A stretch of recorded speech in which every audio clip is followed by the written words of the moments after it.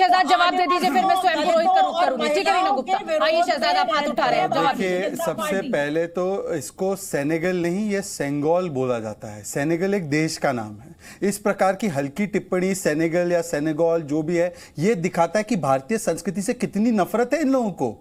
और आपको तो नफरत है तो आपके ही जो आप पढ़ सकती है, अंग्रेजी टाइम मैगजीन में भी छपा है कि कहां से कैसे इसको हस्तांतरण के लिए दिया गया, क्योंकि आप लोग तो टाइम और न्यूयॉर्क टाइम्स ही पढ़ने वाले लोग हैं।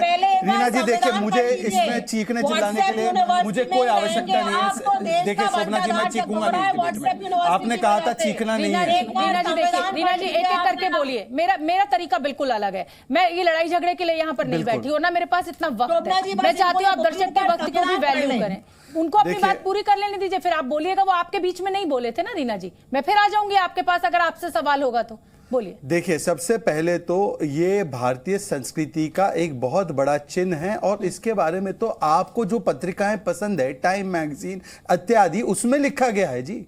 आप हमारा तो भरोसा मत करो, अधिनियम का तो भरोसा ही मत करो, मठ का भरोसा मत करो, जी न्यूज का मत करो, टाइम मैगजीन में लिखा है। दूसरी बात मैं आपसे पूछना चाहता हूं रीमा जी, आज ही ये केस सुप्रीम कोर्ट में गया था, जो आप सारी दलीलें गिनवा रही हो।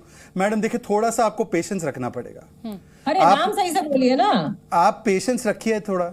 मैं आपके बीच में बोलूंगा फिर आप रो पड़ेंगी।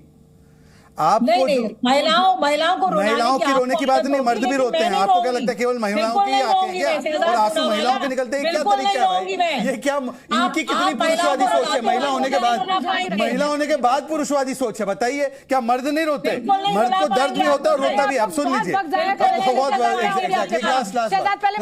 अरे भाई बीच में बोल पड़ते, मेरा समय खा जाते हैं। अब देखिए मैं आखिरी बात पे आ रहा हूँ। देखिए सुप्रीम कोर्ट, अरे बहुत अच्छी बात है, माँ दुर्गा की इतनी आपको चिंता है तो फिर ये नंदी की भी तो चिंता करिए। अब सुनिए, बिल्कुल चिंता कीजिए तो फिर बोलिए स्वागत है सेंगोल का, और सेनेगल मत कहिए। अब देखिए सुप्रीम कोर्ट ने आर्टिकल 79 के विषय में साफ साफ कहा है कि संवैधानिक एक सत्र और समारोह का एक कार्यक्रम ये अलग अलग है, इसलिए इनको कन्फ्लेट करके नहीं मिलाया जा सकता। संविधान का सत्र आज भी राष्ट्रपति ही बुलाएंगी और उसको प्रोरोग करेंगी, परंतु समारोह ये एग्जीक्यूटिव एक्शन है और स्पीकर ने प्रधानमंत्री को न्योता दिया है। स्वयं पुरोहित टीएमसी के प्रवक्ता मेरे साथ जुड़े हुए हैं। स्वयं पुरोहित, सेंगोल विवाद पर टीएमसी कहां पर है? इस पर भी क्या, क्योंकि प्रधानमंत्री मोदी या बीजेपी सरकार इसको लेकर आ रही है, इसलिए विरोध जायज है। अब तो मठ ने भी कह दिया है कि कांग्रेस गलत है। आप कहां पर हैं? नहीं, देखिए ये जो विषय है, ये विषय को डाइवर्ट किया जा रहा है। विषय क्या है अभी देश के अंदर में? देश के अंदर में जो भी विपक्षी पार्टियां हैं वो इस किस चीज का विरोध कर रही है? वो विरोध कोई इसमें सेकुलर और कम्युनलिज्म की बात नहीं है। विरोध कर रही है देश के संविधान को बचाने के लिए। जो हमारा लोकतंत्र है, जो हमारा संविधान है, वो किसी धर्म और जाति के ऊपर नहीं बना हुआ है। उसके ऊपर जब भी हम बात करेंगे तो ऐसे लोग जो अभी बैठे हैं देश की सत्ता के अंदर में, जो घमंड से भरे हुए हैं, एको हम न द्वितीयो नास्ति, इनको लगता है कि हमसे ऊपर कोई नहीं है। देखिए जिस तरह से देश के अंदर में अभी जो माहौल बना हुआ है, राष्ट्रपति महोदया, इसके पहले जो राष्ट्रपति थे रामनाथ कोविंद, उनको भी आपने नहीं बुलाया भूमि पूजन में। उनको क्यों नहीं बुलाया? क्या वो पिछड़ी जाति के वोट मांगने के लिए राष्ट्रपति बना देते हैं, फिर उनको राष्ट्रपति भवन में बिठा देते हैं? आप वही काम आप द्रौपदी मुर्मू जी के साथ ऐसा कर रहे हैं, जो देश की महामहिम है। आप SC ST के वोट लेने के लिए आप उनको बना देते हैं। आपने महिलाओं का अपमान करना, महिलाओं का मान सम्मान करना नहीं सीखा है। किस तरह से अगर आप बुला लेंगे तो आपको क्या दिक्कत है? आप अभी आकर के बात करते हैं ऑस्ट्रेलिया के लोकसभा की, सबको मिलकर चलना चाहिए। आप देश के प्रधानमंत्री है, आपको देखिए। और एक बात और, मेरी बात खत्म करिए, 30 सेकंड का समय दीजिए। आप जो सिंगोल की बात कर रही है कि नेहरू जी को दिया गया था, देखिए वो राजधर्म था। पहले राजा लोग चलते थे, राजा लोग इस तरह के दंड की छड़ी लेकर के कि वही न्याय सुनाते थे। मगर अभी क्या है? अभी नेहरू जी ने कहा मैं इस देश का सेवक हूं, मैं सेवा करने आया हूं, तो उन्होंने वो जनता के लिए रख दिया कि ये जनता चुनेगी कि देश का राजा कौन है। ठीक है, जनता चुनेगी। ठीक है शिवम त्यागी, और ये सोच का फर्क है। ठीक है शिवम त्यागी, सोच का फर्क बोल दिया है स्वयं जी ने, वो सवाल भी आपने सुन लिया। राजतंत्र और गणतंत्र में कुछ तो फर्क होगा। तो राजतंत्र के एक सिंबल को जब गणतंत्र के एक सिंबल यानी एक सबसे बड़ी संसद में जब रखा जाएगा, तो क्या इसको यह ना माना जाए कि एक भावनाओं को इस तरीके से प्रस्तुत किया जा रहा है कि जो वोटर है, जो वोट बैंक है, उसको टारगेट किया जाए?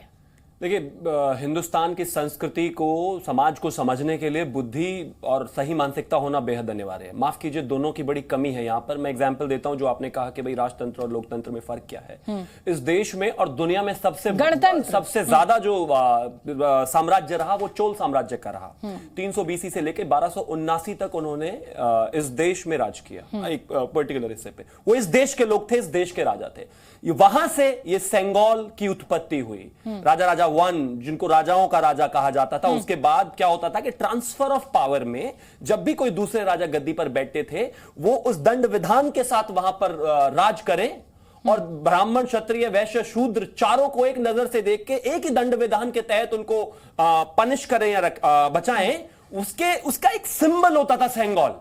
आज कोई भी प्रधानमंत्री अगर आकर 47 में जैसे नेहरू जी आए, उनको मिला, उन्होंने उठाकर उसको छड़ी की तरह इस्तेमाल कर दिया। पहली बात तो संस्कृति का अपमान अपने आप में ही यहां है। दूसरा, तस्वीर ऐसी आई नहीं कि उन्होंने छड़ी की तरह इस्तेमाल किया।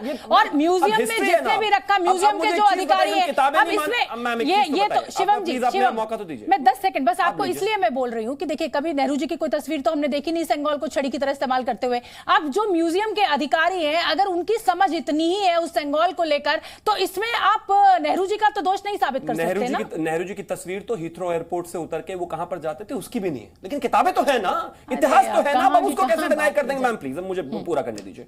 तो बड़ी इंपॉर्टेंट सी बात है कि उसको सबसे पहले बात तो वहां आनंद भवन प्रयागराज में वो कर क्या रही है? इस देश के राजा, इस देश की डायनेस्टी, इस देश के साम्राज्य, वो म्यूजियम है, वो देश को समर्पित है, देश का है वो म्यूजियम, वो पर्सनल नहीं है, वो प्रॉपर्टी, वो आनंद भवन पर्सनल प्रॉपर्टी नहीं है। वो नेहरू जी को मिली थी, नेहरू जी के लिए। अरे मिली थी, वो घर था उनके पिता का। इस देश की संस्कृति को प्रतिरक्षित करता है सेंगोल।